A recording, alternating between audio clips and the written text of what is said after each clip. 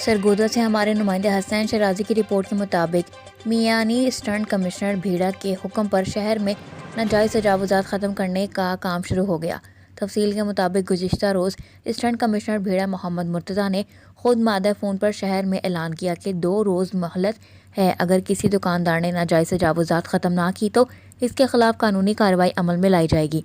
दी गई मोहलत ख़त्म होने पर administrator town committee Miani Chaudhry Mohammad Arshad ने शहर का दौरा किया और तजावुज़ात जो ख़त्म ना की गई थी इनको बल्दिया के अमले के ज़रिए हटाया गया। मियानी के शहरियों ने स्टंट कमिश्नर भीड़ा मोहम्मद मुर्तज़ा का शुक्रिया अदा किया, जिन्होंने नाजायज़ तजावुज़ात ख़त्म करा के पैदल गुजरने वालों का रास्ता वागज़ार कराया।